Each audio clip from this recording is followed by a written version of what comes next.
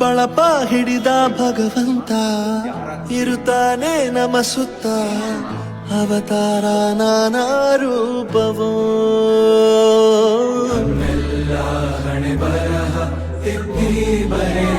ಒಂದು ಶಾಲೆಯಲ್ಲಿ ಕಂಟೀನ್ಪಾಳ್ಯ ಶಾಲೆಯಲ್ಲಿ ಸುಮಾರು 8 ವರ್ಷಗಳ ಕಾಲ ನಾನು ಕೆಲಸವನ್ನು ನಿರ್ವಹಿಸಿ ಪ್ರಸ್ತುತ ನಾನು ಈ ಶಾಲೆಯಿಂದ ಪ್ರಮೋಷನ್ ಆಗಿ ಸಾಕಷ್ಟು ಶಾಲೆಗೆ ಹೋದೆ.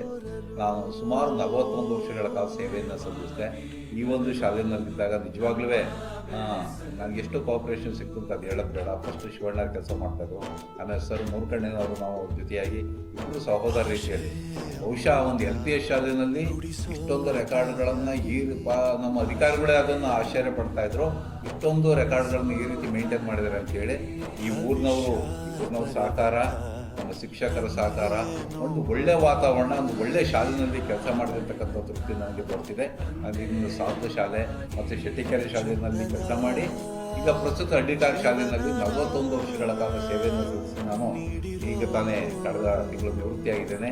ಈ ಒಂದು ಏಕೆಂತಂದರೆ ವೃತ್ತಿಯಲ್ಲಿದ್ದಾಗ ಎಲ್ಲ ನಿವೃತ್ತಿ ಅದು ಸಹಜ. ಅದು ಅಂಥ ನಿವೃತ್ತಿ ಜೀವನವನ್ನು ನಾನು ಪ್ರಸ್ತುತ ಅನುಭವಿಸ್ತಾ ಇದ್ದೀನಿ.